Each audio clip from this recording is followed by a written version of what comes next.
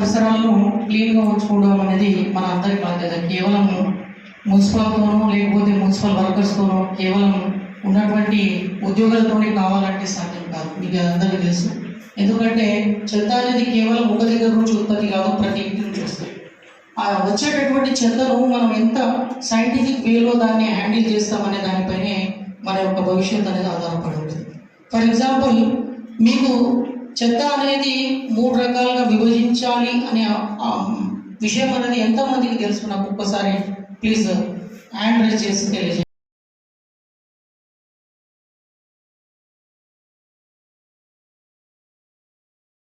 వెహికల్స్కి ఇచ్చినట్లయితే దాని నుంచి మనం ఎరువులు తయారు చేయడానికి అవకాశం ఉంటుంది.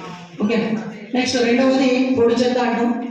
పొడి చెత్త అంటే మన దగ్గర ఉన్నటువంటి ప్లాస్టిక్ కవర్లు కానీ, వాటర్ బాటిల్స్ కానీ, నూనె ప్యాకెట్లు, పాల ప్యాకెట్లు ఇవన్నీ కూడా పొడి చెత్త కిందకి వస్తాయి.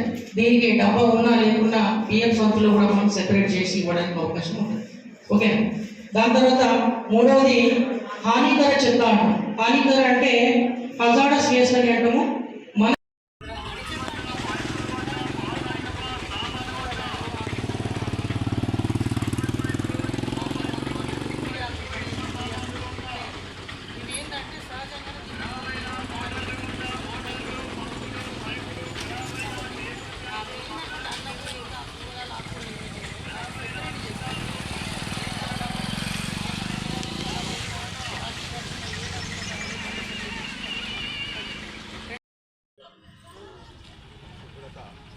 గురించి ఇప్పుడు ముఖ్యంగా సార్ బాగా వీలైనంత మట్టుకు తన వివరణలో తను చాలా అద్భుతంగా చెప్పారు.